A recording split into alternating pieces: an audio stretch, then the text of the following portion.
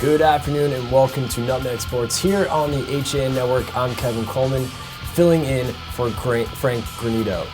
We have a great show for you today. We'll examine the boys soccer FCI playoff matchups that start this Thursday, as well as previewing tonight's girls soccer game of the week, Staples at Fairfield Ward. At this time, I'm going to welcome in my co-host, Don. How are you doing, my man? I'm doing pretty well. You know, it's funny. I always think it would be fun. It would be great if the audience could kind of get a peek into like what's going on before the cameras turn on. In this case, the theme music was starting, and we were still talking about Michelle Pfeiffer's breakout performance in Grease 2. I have no idea how it even came up, but that's what we were talking about.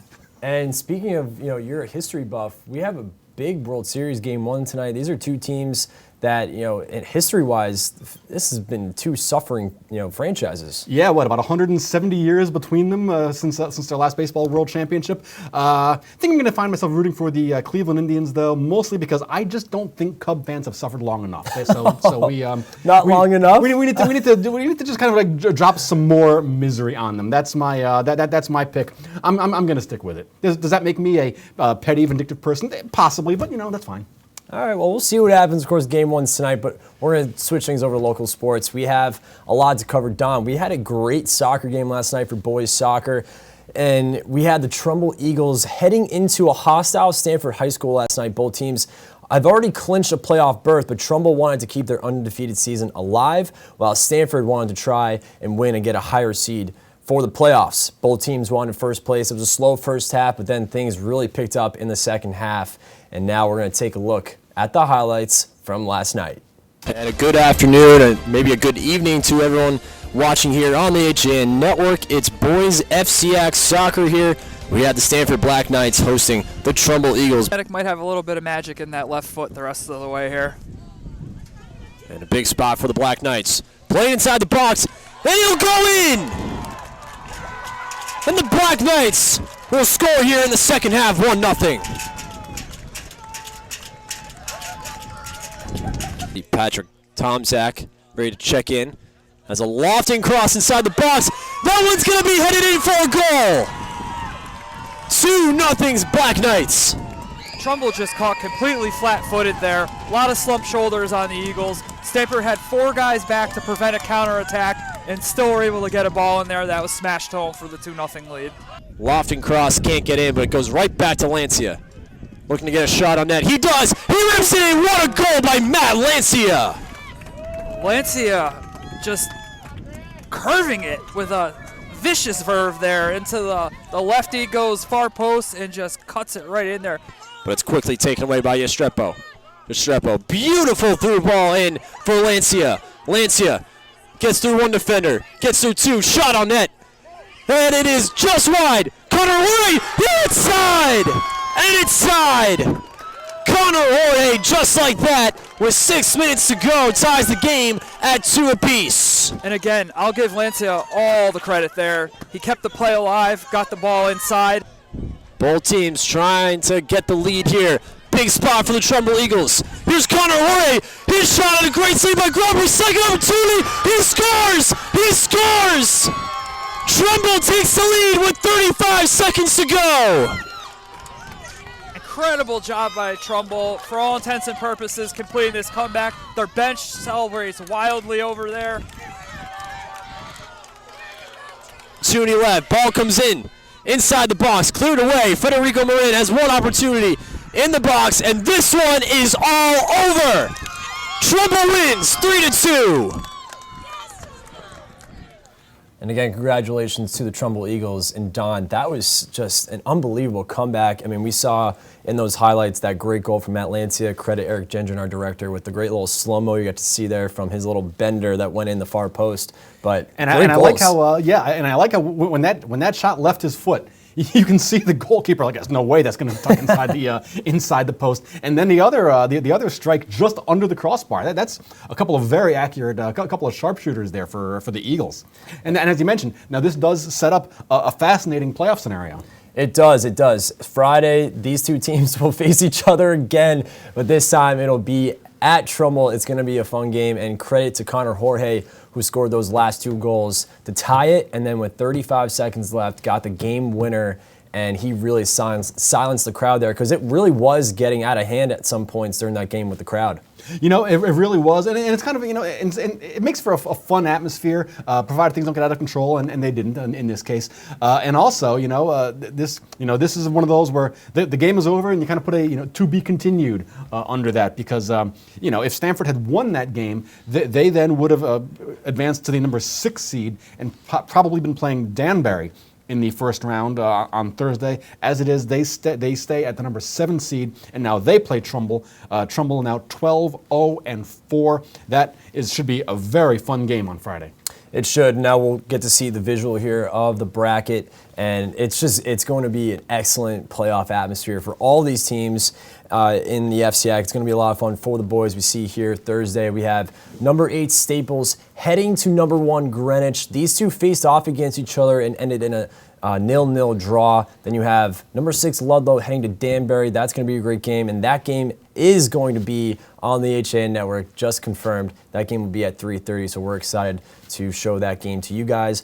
Number 5, Fairfield Ward. Of course, we saw them last week beat their rival Ludlow. We'll see them head to number 4 Derry, and that's going to be a great game. And then, of course, like we just mentioned and Don mentioned, Friday afternoon, number 7 Stanford. It's the rematch against number 2 Trumbull at 4 p.m. at Trumbull. It's going to be a raucous crowd. You would think, and it's also a standalone game. So the media probably disperses on Thursday because you have the 3 games going on at the same time. On Friday, the only playoff game in the FCIAC. So 4 o'clock start. You can expect it to be a fun atmosphere and should be a very competitive game. It's going to be very competitive. All these matchups are going to be very competitive. I said, Staples and Greenwich, these two teams tied 0-0, and speaking to people who were at that game, both teams had their chances. It was very evenly matched. So this is actually an interesting 1 seed going against an 8 seed where both teams are very evenly matched. They really are. It's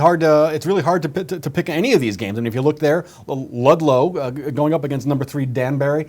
Danbury, of course, thought they were headed for an FCIAC title last year. Didn't quite happen. They've been on a mission this year. They come in as the number 3 seed at 10-2-4. But Ludlow, would you ever bet against Fairfield Ludlow in an FCIAC playoff soccer playoff game? So that also just a fascinating matchup. So I think the bottom line is a lot of people watching Twitter that does CTB SOC hashtag at 3 o'clock on Thursday. Well, we saw Ludlow and Fairfield Ward play against each other last week, and it was a great game, but you got to credit the Mustangs. They won as they will face number 4, Darien. That's going to be a great matchup, too, the 4 and the 5. Yeah, the 4 and the 5, both these teams with identical records, and Ward is coming in on a high. They beat Ludlow for the first time in the history of the rivalry between the schools. They're having just a historic season for the Mustangs, and of course Darien.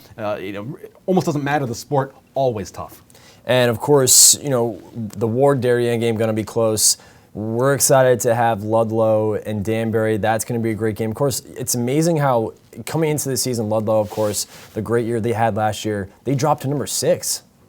Yeah, I mean, it just goes to show you that when you have a conference as large and varied as the FCIAC, but when you put the 8 teams at the top of the standings, really, I mean, Greenwich, for example, and Trumbull. Undefeated between them. They've won 25 games, lost none, but they've had 7 ties, which means that 7 different games could have gone either way, and they happen to come out. They happen to not lose that game, but clearly there is no one in this field that I would look at and say they can't be beaten. Well, Don, I got to ask, out of these 4 games, what's your predictions? Well, it's tough. I'm going to go Greenwich, Ludlow, Darien, Trumbull. So if you're looking for the upset special, I'm going to take the Falcons as a live number 6 seed. Well, you heard it here, folks. Don's picking an upset. What do I get if I go 4 for 4? He's picking an upset that's going to be here on the HAN Network on Thursday at 3:30. Don, what do you say we take a break? Sounds good to me. When we come back, we're going to preview, obviously, the big game tonight for girls soccer, Ward and Staples. We're also going to take a look at the playoff matchups that could happen for the girls as well. So stay tuned here on Nutmeg Sports, here on the HAN Network. 1, 2, 3, Abby, I want to find out how good I am. Yes, sir! If you relax, you get blown out. Let's get it done! Let's get it done! What can you take advantage of right now? Again, come on. I can push myself way beyond what you think. Trust your technique. Bring it back.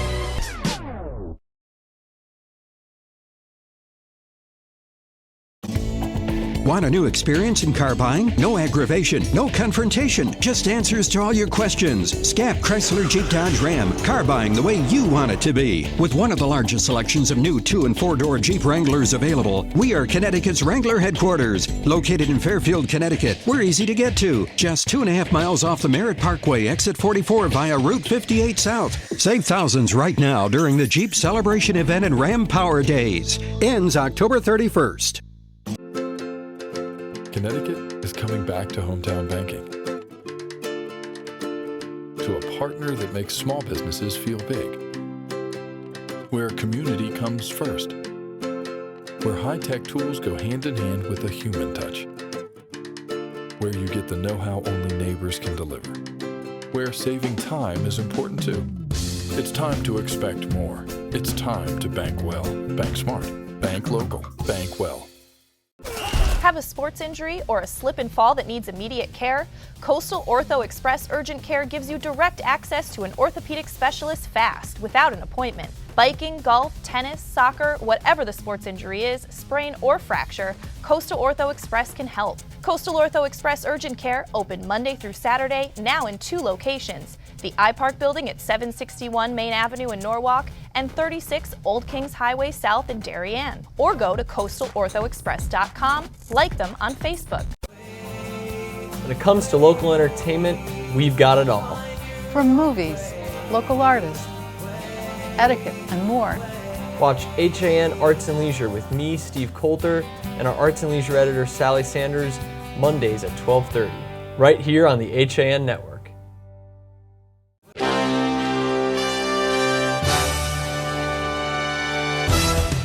Give your day a jumpstart with the latest news, sports, weather, and more on Coffee Break, live on the HAN Network, weekdays at 11 a.m. Connecticut news doesn't get any more local than on Coffee Break. Welcome back to Nutmeg Sports here on the HAN Network. I'm Kevin Coleman, Donald Eng as well with you. Right now we're going to preview tonight's matchup between Fairfield Ward and Staples. It's going to be a great game, Don. Of course, we also have playoff implications on the line. We got to explain to the people at home what's at risk for Ward tonight. Yeah, it's really it's an interesting kind of combination of factors here. Ward essentially needs to win tonight because if Ward ties and if New Canaan beats Wilton in their game, then Ward will be out. New Canaan will jump over Ward and tie them with that win there, because New Canaan would get 3 points with a win. That would put them at 25 points. Ward would then be out based on tiebreakers, having beaten a higher ranked opponent. Essentially, New Canaan beat Ridgefield this season. Ward did not. Therefore, based on that tiebreaker, if they finish with the same number of points, the Rams would advance. Ward would go home. It's pretty amazing how close it is, this playoff picture. You can see on your screen right here, this graphic, how close it is, especially with the teams on the outside looking in right now. You mentioned New Canaan, you have Danbury and Ludlow, and if you're Ward, you want to be that Fairfield team that makes it in to the playoffs. Right, and let's not pretend, and let's not make it seem like New Canaan has a gimme here. They are playing Wilton, so certainly a tough game for them, as both Ward and New Canaan are playing teams that are ahead of them in the rankings. What's interesting though is that Staples is really they're solidified in that number 3 spot. Right. So they can't catch Ridgefield, who was 4 points ahead of them. West Hill, who was 1 point behind them, has completed its regular season. Wilton, who is in the 5th spot, can't catch Staples. Either they can catch West Hill with a win. So the last day of the season, and about 6 of the 8 playoff spots are still kind of in play. So a very exciting day coming up. It's a very exciting day. And do you think that Staples may rest some of their starters tonight? I kind of don't think so, because you have the off days. I mean, I wouldn't be surprised to see them substitute pretty liberally, but as far as just sort of kind of coasting into the playoffs, I don't really see that happening. But I do think you'll see some substitutions a little bit earlier or more frequently than you might be used to. And this is a Ward team, like we mentioned, that has to get at least a point tonight, whether it's a tie or a win. And do you think, if Fairfield Ward scores early, do you see them dropping back and start being very defensive heavy? It's something you might want to try to do because they need to get a point basically. They can't get shut out. Particularly as we mentioned, Trumbull playing Stamford, likely to win that game. So they really, Ward really needs to win because with New Canaan playing Wilton. There's a decent chance New Canaan comes away from that with points, and if they do, then Ward's in trouble. And we have a couple of other schools that are sort of mathematically alive behind those two, but specifically that would be like Danbury and a couple of other schools. But Danbury, Ludlow, McMahon is the schools I was thinking of. But they would need to win and then get a lot of help. So essentially, you have those three schools: Ward, Trumbull, New Canaan, going for 2 spots. And right now, New Canaan is the odd team out. They need to win, and then hope for a favorable result from Ward. And of course, you mentioned West Hill sitting in 4th. We saw them play St. Joe's a few weeks ago here on the HAN Network, and they played St. Joe's really well. Of course, St. Joe's sitting in 1st place right now. Right now, would you say they're the favorite to win? St. Joseph? St. Joe? Yeah, I would definitely say St. Joe's is the favorite to win. And then when you look at it, they're only a point ahead of Ridgefield. Right. So no one has gone through this season unscathed. St. Joe's has won 13, lost 1, tied 1. Ridgefield 2 losses. Really, those 2 schools are about as evenly matched as you can imagine. Maybe a slight edge to the Cadets. And this is a Tigers team that lost 2 in a row, so they're going to come into this playoffs looking to revenge and try and take back as they try to defend their FCAC title. Yeah, no question about it. It's going to be. We said it on the boys' side. We say it on the girls' side too. It seems like we say it every year. It's just going to be a very fascinating FCAC playoff year. I don't know that there's a prohibitive favorite. Like I said, I kind of would lean towards St. Joseph's, but wouldn't really surprise me if any one of the top 4 or 5 teams won. Well, it's definitely it's going to be very competitive, this playoff. And of course, West Hill, played St. Joe's really well, but St. Joe's, of course, had former, last week's Player of the Week with Jessica Mazzo. She was fantastic in the midfield. Of course, they have Lindsay Savko up front, who has just played absolutely wonderful as a striker this year for the Cadets. So it's going to be a fun postseason to see how St. Joe's does. Of course, Ridgefield trying to defend their title. And then you have Staples, who we're going to see tonight on the HAN Network. We'll see how they play tonight. I'm excited to see what kind of formation they can come out and play and what kind of team they bring out tonight, Don. No, I'm excited to see it too. So, so make sure you're watching on the HAN Network. I know I will be.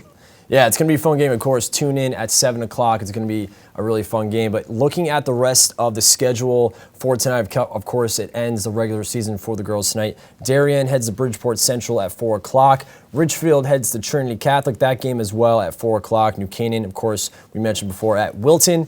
Fairfield Ludlow at Danbury. Bryan McMahon at Greenwich. Stamford and Trumbull, and Staples and Fairfield Ward. You'll see that game here on the HAN Network at 7 o'clock. And finally, you have St. Joe's heading to Norwalk. And Don, for that last game, do you see St. Joe's playing their starters at all against a Norwalk team? I think you have to, because just certainly you want to minimize the risk of injury, but the injury in soccer is not that big of a concern versus having your players be a little bit rusty. I think you see them play. I think you see them play a half and then maybe sub them out in the second half, particularly if St. Joseph can get out to a lead. We'll see what happens in that game, of course. We'll see what happens in the rest of the FCAC girls tonight. Of course, be sure to watch tonight at 7 o'clock. I'll be on the call with Tim Murphy. It's going to be a great call at 7 o'clock, Fairfield Ward and Staples. We're going to take a quick break, but when we return, we're going to break down the football standings across the state and look at the FCAC standings as well. We'll be right back here on Nutmeg Sports here on the HAN Network.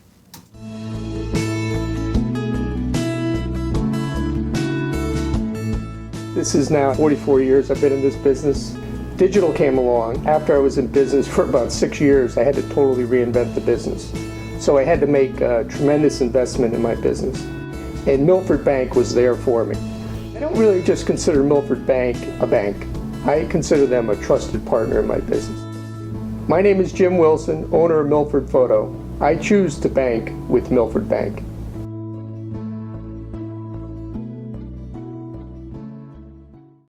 Walter Stewart's Market in New Canaan is your time-saving local shopping destination for the best of spring. Find many of your favorite products, from great specials on everyday items to the freshest organic produce, artisanal cheeses, and grass-fed steaks. Chop off your knives to be sharpened. Grab a beautiful bouquet of spring flowers and stop in next door for a wine tasting. Plus, their personable staff is always ready to lend a helping hand. So stop in to Walter Stewart's Market, 229 Elm Street today, or shop online at stewartsmarket.com. Hi, this is Leo Carl from Carl Chevrolet in New Canaan, and you've heard me talk about the Chevy Volt for years. The new model gets 53 miles on EV charge daily, plus 420-mile full range. But don't take my word for it. You need to come in and test drive the Volt yourself. Visit us at 261 Elm Street in New Canaan or online at carldirect.com. At InSports Trumbull, the game is always on inside. Recently renovated and home to one of Connecticut's largest indoor turf fields, InSports is a multi-sport recreation center providing state-of-the-art facilities for league play, camps, and youth programs. InSports College Baseball Coaches Camp takes place at InSports on October 23rd from 10 a.m. to 2 p.m. This unique, limited-space event features many of the area's top college baseball coaches who will work with high school players in a hands-on clinic setting as well as evaluate their infield skills. For more information, contact Mike Buswell at InSports, 203-268-1214. Like and follow us on Facebook. I'm John Kovach. I'm a newspaper editor. I'm a high school football coach. I'm a television presenter. And I want you to love fishing as much as I do. Tune in to Yankee Fisherman, Thursdays at 1 on the HAN Network. It's like going to the tackle shop without leaving your office. If you're watching this broadcast, you're not alone. The HAN Network is available for 200,000 Connecticut cable customers on the Frontier Network, and we've also reached 1.7 million viewers on our free live streaming sports, news, and entertainment broadcasts. To reach our rapidly growing audience, contact Advertising Director Jessica Murrin at 203-273-7312 or email jessica@han.network. Welcome back to Nutmeg Sports here on the HAN Network. Kevin Coleman, Donald Eng with you. We're going to focus our attention now to the football standings around the state here in Connecticut. It's been a lot of fun this fall to watch these teams play. As you see, of course, no surprise in the Class Double-L power rankings. It's Darien sitting at number 1. Yeah, Darien number 1. And if you look at their remaining schedule, they've got games against Staples, New Canaan, and then Wilton this upcoming weekend, and then Southington number 2 behind them. Now, what's interesting is if you go down a little bit to that 9th spot, Ridgefield, looking like a very strong contender. Right now, if the playoffs started today, they would be out. But those SCC schools ahead of them, if you look at Fairfield Prep right ahead of them, still playing Xavier, Shelton, North Haven, West Haven. Fairfield Prep, Shelton, and West Haven essentially play a round robin between them with Cheshire thrown into the mix. So some of those SCC schools could potentially lose as many as possibly 2, maybe even 3 more games. So if Ridgefield takes care of business against Central, West Hill, Greenwich, and Danbury, they will certainly be a playoff team this year. And Don, quickly, let's talk about this Ridgefield Tigers team. I mean, how about that performance Friday night against Staples? You know, it was a fantastic performance. We had chalked up Staples' loss to NFA as maybe a fluke, but Ridgefield certainly was paying attention. They really exploited the Cards all night long. I was shocked at just how lopsided that score was. I mean, 42-7. Yeah, I was shocked. I'm still shocked, actually. And you mentioned the remaining schedule. What's one game that sticks out to you that's so important for the Tigers in these last couple of weeks? Well, I think honestly, it's going to have to be Greenwich, right? Because Greenwich obviously is fighting for their playoff lives. They are 2 spots behind Ridgefield, and much like Ridgefield, they have a fairly manageable schedule, although they are playing each other. Greenwich has Ludlow, Norwalk, Ridgefield, and Staples. And Staples is an important game also for Greenwich because it's a Thanksgiving rivalry. Right. Staples, perhaps a little bit more beatable than we thought, but still a good team, and still a good team that will bring a significant haul of playoff points there because Staples will probably be a 6 or 7 win team at that point. So that Greenwich-Ridgefield game is essentially a playoff game. It's going to be a fun finish for not only Ridgefield, for the rest of the Class Double-L power rankings. But we'll move over to Class L now, and no surprise again, New Canaan sitting number 1. We just talked about these guys. They have, of course, Darien on Thanksgiving. Right. The thing for New Canaan, though, they have put themselves in a position by beating Trinity and Ridgefield and Greenwich. They have put themselves in a position now where a little slip up probably won't hurt them, at least not very badly, because if you look down the rankings, Platt High School out of Meriden at 4-2 is currently holding down that 8th spot in the Class L rankings. And to put that into perspective, Trinity has Norwalk, Trumbull, Ludlow, Darien left. If they were to go 2-2 in their final 4 games, they would still comfortably have enough playoff points to make the state playoffs, and that's really the object of the season, is to get into the playoffs, because once you're there, it's anyone's competition. So New Canaan really in the catbird seat right now. And of course, sitting 2, 3, and 4 is Middletown, New London, Windsor. All those teams are undefeated too. They're all undefeated, although Middletown and Windsor still have each other to play, and New London actually still has to play Norwich Free Academy. Remember those guys? We wrote them off after week 3 because they had lost big to Xavier. Mm-hmm. They lost big to Darien. NFA now has won 4 in a row, or has won 4 games, and they look like they could be in a position to run the table the rest of their schedule and make it into the Class L playoffs. So as always, just fascinating to break it down. If you happen to be a math enthusiast, there's plenty to keep you busy here. And of course, rounding out the rest is Massac at 5, Harding 6. Naugatuck at 7, as Don mentioned, Platt's at 8. Wilton, how about 9? And you got Maloney at 10, and rounding out the rest of this. But how about Wilton at 9? Yeah, I don't expect them to stay there because they have Darien this coming week. But then again, if they were to lose to Darien, they probably don't fall very far, because if you look down at number 12, Notre Dame West Haven, the first of the 3 lost teams in Class L. Notre Dame, North Haven, and a couple of other schools there with 3 losses that are still really in play in Class L, because you're right. Because right now you have 2 lost teams at 8, 9, 10, and 11.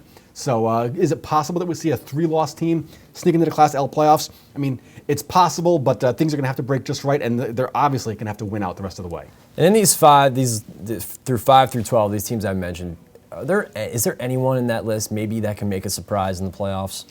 A surprise in the play? I tend not to think so, but if I had to pick one, I would probably say Massac, because of the schools there, I think they probably have the best balance of offense and defense, and I think they've probably got the best quality win there. Massac having beaten New Milford, and then of course losing to New Fairfield. Of course, Massac though going to have a tough time the rest of the way. They play a very good Bunnell team this week, and then of course they close their season at Newtown, which right now is undefeated in Class L. And of course, we see Middletown and Windsor are going to play each other last game of the year. That's a big game. It's a big game and probably a precursor to a potential matchup in the state playoffs, because both of those schools now undefeated. If they go into their Thanksgiving Day game undefeated, and the loser will still make the Class L playoffs, and then if they were to meet again, certainly a little bit of revenge on the mind. Well, now we're going to move things over to the Class M rankings, and at number 1 we see Valley Regional, and there it is, St. Joe's number 2. Yeah, how about those cadets there now at 5-1? No one in Class M. It's funny. Class M is always kind of like the stepchild of Connecticut playoff rankings. No one in Class M really running away with it. We have a Valley Regional Old Lyme team. This team actually was a Class S school for the last couple of years and did very well. Now moving up into Class M based on the changing enrollment. You have St. Joseph there at 5-1, then Wolcott, Berlin, and Hill House. I think going into the season, most people thought Hill House was the team to beat in Class M if they could get into the playoffs out of the SCC. They've got a loss there to Fairfield Prep, and they still have a tough game against Wilbur Cross out of Class L coming up. But Hill House, right now holding down that number 5 spot, and St. Joe's really the lone FCAC representative in Class M. And sitting at 6 is Killingly, 7 is Waterford, 8 Gilbert Northwestern, number 9 is New Fairfield, 10 is Bunnell, 11 is Brantford, and 12 is Tolland. That rounds out the top 12. And going back to St. Joe's, they round out the year against Trumbull, and that's a big game, obviously in town as well, too. It's a big game in town. St. Joe's closes their season versus Stamford, then at Staples, a tough game there. West Hill, and then finally, as we said, closing the season, Thanksgiving against Trumbull. Looking down the schedule, could they slip up one game maybe and still make the playoffs? Probably, but a lot of parity in Class M. The top 8 teams all of them with just one loss. And now we're going to switch things over to the Class S rankings. And Don, you see Ansonia sitting at 1. What are your thoughts on them sitting at 1? Well, it's funny because as you know, my little girl is a youth league cheerleader. Her team actually, or the football team that she cheers for, played Ansonia over the weekend, Nice. And those were some violent 8-year-olds. That was that was a tough game. They start young down there in the lower valley. I mean, it's hard to pick against Ansonia. Although last year they did lose to Bloomfield in the state finals. That Bloomfield team sitting at 6-0. Bloomfield also beat Seymour, which is right below them in the rankings. Bloomfield beat Seymour and Ansonia in the playoffs last year. Shaping up like those 3 teams may divide Class S between them again, although Ansonia and Seymour play each other this week in Seymour. So definitely very interesting there. Also, Oxford out of the NVL still has Seymour to play on November 10th. And the lone FCAC representative in Class S is, of course, Trinity. Although Trinity now sitting at number 16, they're going to need a lot of help. They're going to need a lot of schools to lose again, and also they're going to have to win out on against their schedule the rest of the way. Trinity has West Hill, Stamford, Central, and Wilton. The good news for the Crusaders is if they can win out, all these will have some bonus points coming along with them. So Trinity really technically still alive, but they really need a lot of help. It's going to be a lot of fun to see how these games finish out for all these divisions. But this weekend we do have FCAC football here, and Friday night we see a couple games. We see Fairfield Ludlow heading to Greenwich. Yeah, Ludlow at Greenwich. The Falcons still in search of that first win. It's going to be tough to secure it at Cardinal Stadium. We also have Norwalk at New Canaan, Trumbull, McMahon, and Ward, Danbury. Probably Ward and Danbury, on paper at least, looking to be the most competitive game of Friday.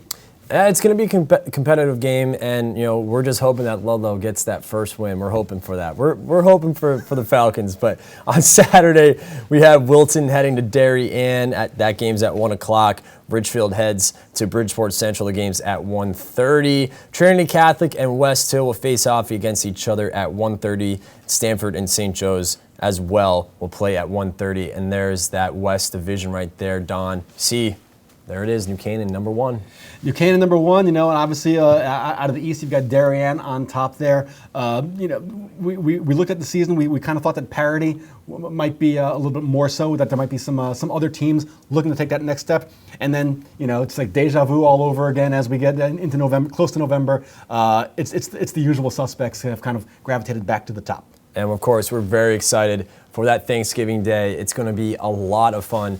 Obviously, we have the East Division here. Here's Staples, 5-1, Darien, 5-0. It should, Darien should be sitting number 1 at 5-0. It's a misprint. You would think the math there was a bit tricky, but obviously the Wave 6-0 overall, 5-0 in the FCAC atop that Eastern Division. Now it's not really as important as it has been in previous years because of the lack of the FCAC championship game, but still, the kids, even though there's no official trophy presentation, the kids know who won the conference. And of course, we're very excited for Thanksgiving Day. Hopefully, Darien and New Canaan will remain undefeated, and of course tonight, don't miss out, 7 p.m., Fairfield Ward will host Staples. Don, you got a pick in that game? What's that? We got Fairfield Ward against Staples? Girls soccer. Oh, geez. Hold on a second. Wait, let me do some quick thing here. Off the top of your head. Off the top of my head, I'll say Staples. All right, Don's going Staples. That'll do it for Nutmeg Sports today. Thank you guys for tuning in. For Donald Eng, I'm Kevin Coleman. We'll see you tomorrow.